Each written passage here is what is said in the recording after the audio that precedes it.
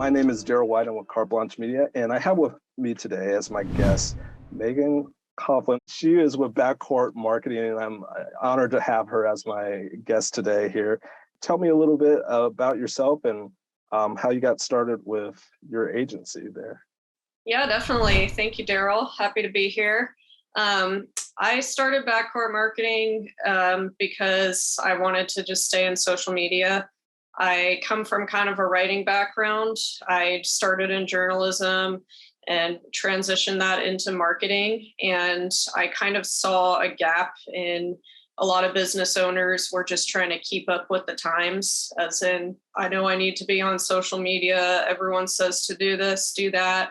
But they weren't necessarily going about it in the right way. So I created BackCourt Marketing just to help advise, number one, those business owners and those marketing managers on how to go about using social media in the most effective way for their business, as well as executing the actual strategy too, and putting those writing skills to work and coming up with content that resonates with their target audience and can achieve sales or generate engagement, brand awareness, whatever the client's goal is. What exactly were you doing right before you kind of started BackCourt Marketing? Well, right before I started this, I was working for other marketing agencies, advertising agencies, and I wasn't happy in the culture. It's a lot of hustle, a lot of hard work, which of course are things I like, but not necessarily in the most effective ways. And I just saw a lot of areas that could be improved, and a lot of things I just wanted to do myself. And at the end of the day, I'm a natural entrepreneur, and it didn't take long for that to become my path anyways.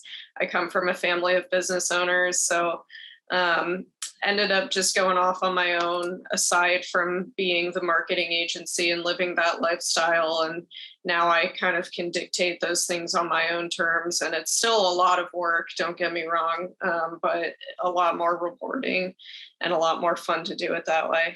Now, what would you say was kind of the biggest challenge you've had since you started your agency? Yeah, there's been plenty, but probably the biggest one, and I'm sure a lot of business owners of all types can attest to this, was when COVID hit. Because it just forced me to figure out all kinds of different things, delve into areas that I had never delved into before, and just pivot. I mean, everybody had to do that one way or another. And, with marketing and marketing agencies in particular, they saw a lot of differences because a lot of their clients, their first things that they had to cut in terms of costs was marketing. So, all of us saw a lot of drop off, like all in one day. Like if we could all remember that one day where everything was canceled, it was like that. So, but it ended up being a blessing in disguise. It turned into a lot of things. It opened me up to be able to provide more services. I built up my team during that time, believe it or not. And I came out of it doing twice as good as I was before. It just took getting over that hump. So that was probably the biggest challenge I ever faced, but definitely came out better for it. What has been your biggest success there so far since you started your agency, would you say? Biggest success is I've brought some really awesome people onto my team. I've been introduced to amazing people like you, for example, who I can partner with, other brilliant people in marketing to show me things that I didn't know before, and to just open up my mind to possibilities for clients that I may not have heard of, or even I wouldn't have even thought of before. And also just, something good about COVID was it kind of led me to my more ideal clients too. And over time, slowly but surely, I've been working more with people who have the same values, a lot of the same beliefs, and it's just kind of naturally turned into that.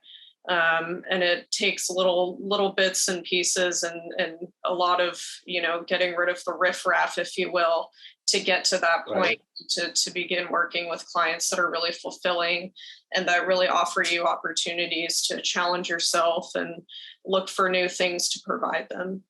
How would you describe your ideal client? right now there?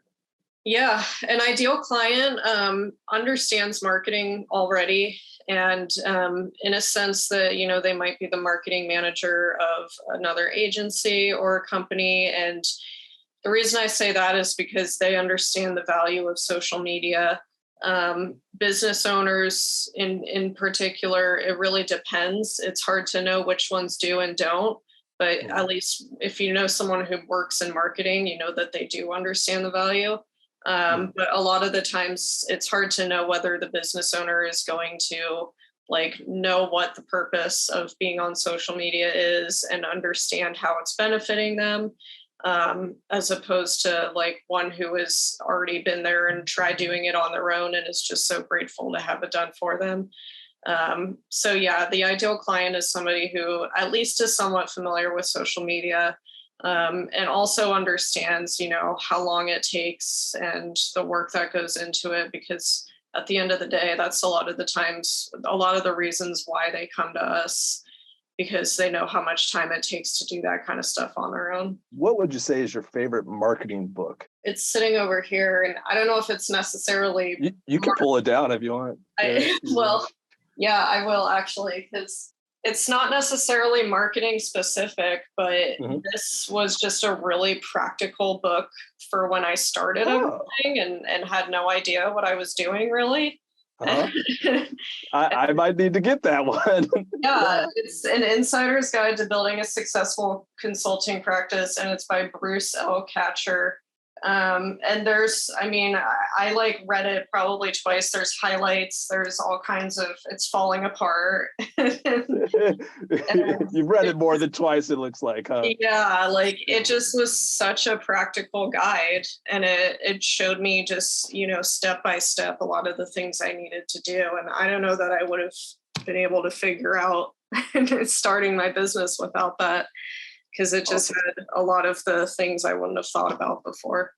What's the most impactful piece of advice you can give to those who are looking to make an impact on social media there, or have an impact with their social media? Yeah, the best piece of advice I could give is to just circle back to the big picture of your business, which is to provide value. And if you're providing value on social media, then you're doing it right.